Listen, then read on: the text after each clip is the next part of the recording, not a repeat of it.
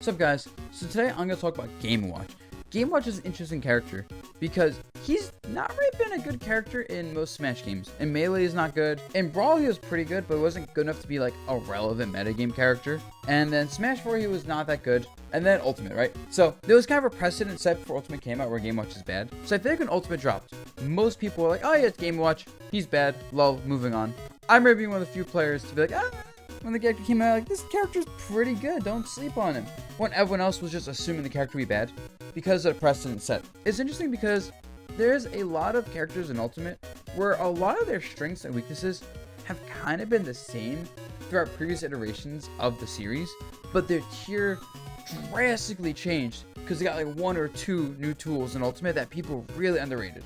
I always use Wario as an example of this, where he was like pretty good in Brawl, not the great in 4, and then people in Ultimate were like, he's not the great, and then they realized he had waft combos, and it's like, wait, he can combo the waft. Red alert. But Game Watch got a lot of tools, and people really slept on them. You ever want a chance to fight against one of the best Smash players in the world, just to see what it's like while chilling with them, having a great time? Well, guess what? If you check out the Metafy link in the description below, you can get exactly that with people like me, Leo, Light Tweak, literally fight against any of the best people in the world. Just click away. And for a limited time, I'm going to be offering discounted sessions for exactly that purpose. So if you've ever been intimidated by the idea of like serious coaching, or you just didn't know about it, there you go. Now's your chance. Between games, they gave him his bucket now reflected projectiles, not just absorbed energy based moves, but now reflect stuff. This made a lot of zoner matchups much easier for her. Like, all of them are used to destroy Game Watch. Probably still wins, although Mia kind of farms Shuton, so Jerry's out on that one. But like, because you reflect Pikmin Toss and Smashes, much harder matchup, right? Reflecting things like Rob Gyro makes matchup much harder for Rob, etc. So massive tool that gave him an answer for one of his hardest archetypal matchups. They made Bacon an actual ledge trap tool because you could combo off of it for kills. This move used to be a straight up meme. The up air, the fact that the win box is actually a hitbox instead of just purely a win box, was massive. It no longer killed, it killed in Smash 4, the close range hitbox. But in exchange, it had one of the most powerful juggle tools ever in a Smash game. Like, massive range, not much end lag. The fact that this projectile is really nice, good damage, etc. They gave up B combos, because I think you could like up B and then like follow up with it, but it's really like combos. You can do like up B into like guaranteed damage, and that's insane considering how up B has always been this pretty good at a shield option, but it was never rewarding enough for people to like care. Like, in Smash 4, Game Watches weren't up being as shield, they were doing shield grab because you get down throw up air and potentially kill someone. It also helps that in Ultimate it's easier to do up B as shield than any other Smash game, because in previous Smash games they had the jump cancel up B, so like the execution that was a little bit difficult sometimes. Not like hard for a good player, but it required some practice, and you can easily mess it up. But now you just press up B or shielding, and there you go. But then the biggest thing they gave him, which people did not realize how broken this would be, was the bomb. People saw this bomb and said, yeah, I think this new forward air is worse than the previous one, which was just like a credit card hitbox that kind of functioned pretty similarly to like back air, except it was a bit more of a kill move.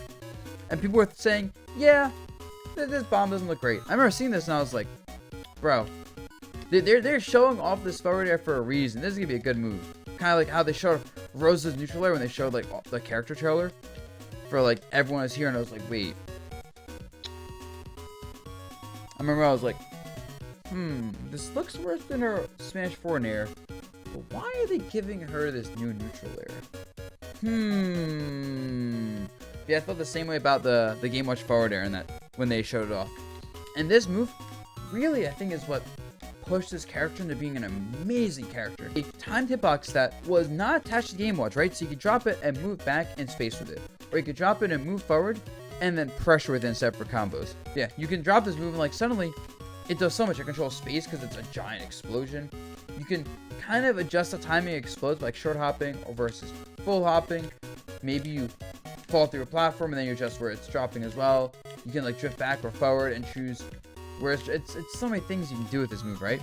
And this move really kind of is like what pushed him to being top tier, because the other things are really good, but without those other things, he would still have the issue of like a pretty linear approach game with neutral. Because in previous Smash games, his issue was he either runs up and does like a dash attack, no reward, goes for a grab, which is like just play around the grab because there's not much range. He's not exactly fast. And like everyone knows, don't get hit by grab. Or he like runs up and does like an aerial. And it's like, okay, you could just react to a jump, block the aerial, or outspace it, or with punish it. And like it wasn't threatening, right? Because you also shield, like specifically you could just block the aerial and kind of deal with the approach and punish him in previous games. But that's no longer an option when he has this. But yes, that forward air made it so you can no longer utilize your shield to just like negate him, right? And you can just retreat versus his approaches and just kind of give him some space. But you don't want to do that. You've watched my videos about how to get better at the game. You know that one of the worst things you can do is just give up space for no reason and put yourself in the corner. Because almost every character is bad in the corner, and almost every character is good at exploiting opponents in the corner. So now they make it so you have to deal with his approach, but he has enough ways to mix you up that like there's no one answer to deal with his approach. When you're fighting Game Watch, it's always kind of this back and forth of, all right, is he gonna approach with dash attack? Is he gonna grab me? Is he gonna drop a forward air? Is he gonna try to space me back here? Is he gonna get greedy and go for a neutral air? Is he gonna run up shield, up B out shield and combo me? Or is he just gonna do nothing and let me pick the option and then react? Or just take space? And the thing is, you don't really want to get aggressive versus Game Watch. Like, versus a lot of characters, you can kind of choose to get a bit more aggressive as like a counter to these things. Like, okay, he's gonna like mix up approach. What if I burst him down? Versus Game Watch, are we trying to get aggressive versus up air shield? Are you trying to get aggressive versus potentially like down smash, like parry down smash especially, or just getting grabbed into 1 billion damage? Or oh my god, you're at 90. Trying to get aggressive versus up smash, right? Like you're just, this character is so good at dealing with aggression, and then they showed up his weakness of approaching, and it's like, man, he doesn't really have a particular flaw anymore, because in every Smash game he's always had really good advantage and disadvantage state, right? He's always had amazing recovery with his up B. He has always been a race style landing tool you have to respect. Combined with the fact that he has pretty good air drift. I don't have the exact numbers, but his air drift always feels pretty nice. It always feels like he has a lot of like freedom of like air movement especially. And then back here is always a nice like retreating option to escape pressure. So he's always had great landing tools, recovery tools.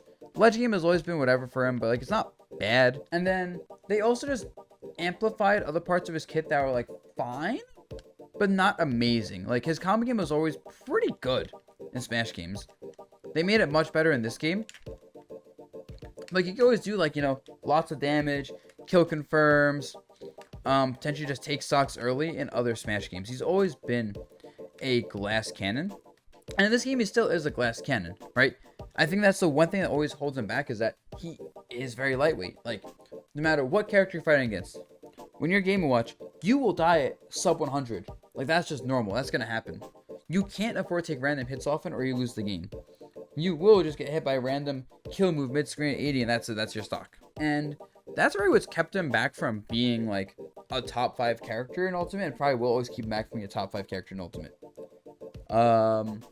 But yeah, and it's crazy that with all these new tools, he's gotten to the point where he pretty much just shuts down every archetype that isn't swordy or hit and run character.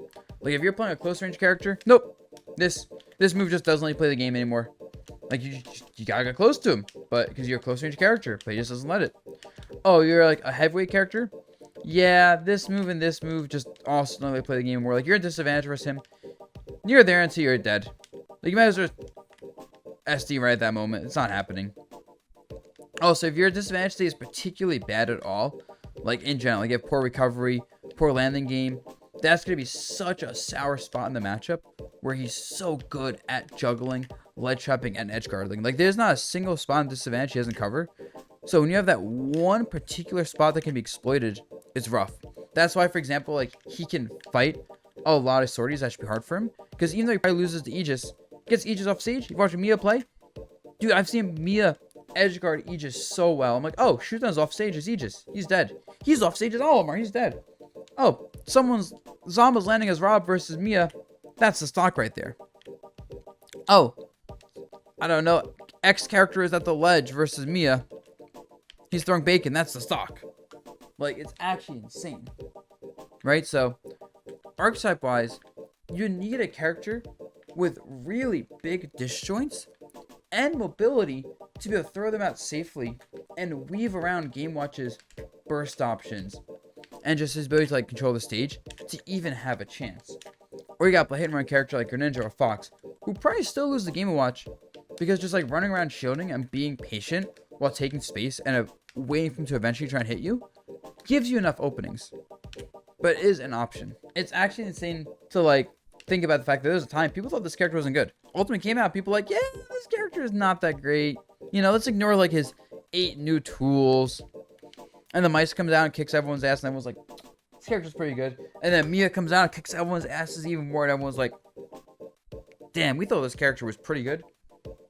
We didn't know this character was this messed up. Jesus. And overall, he is one of the most interesting characters because he easily one of the most slept on characters and one of the characters that jumped up the most without any significant changes balance wise. Yeah, most characters in Ultimate I feel like they got like better over time. Significantly, we got better because of balance patches. With the Game Watch, not really. They made the aerial explosion forward a little bit bigger. They buffed the downer auto cancel, which actually it let him do auto cancel after full hop down up B, which is actually a big deal. That was probably a buff that helped him a lot, to be honest. No one cares, but up tilt, shield buff was normal. Pummel buff. I can imagine him doing his pummel and like it whiffing because it wasn't big enough. This is really funny, to be honest. But yeah, so it also goes to show that, like, you know, you can't. There's always so much in Smash games to learn, and meta is always developing, and it's actually insane. You could look at Ultimate 5 years later, and the game might be completely different tier list wise than what we have now. Because right now, people think we've solved the game, and you know, even I feel like we have a lot of times, like, yeah, we kind of know what characters are good, what's not good, and then you never know when out of nowhere a random Robin just starts beating top players, the top 10 in the world, and we're like, maybe Robin's a good character, guys. Maybe he's a good character. We were wrong all along. But yeah, hope you guys thought this was an interesting video about Game & Watch, everyone's most loved character to watch and play against. Bye.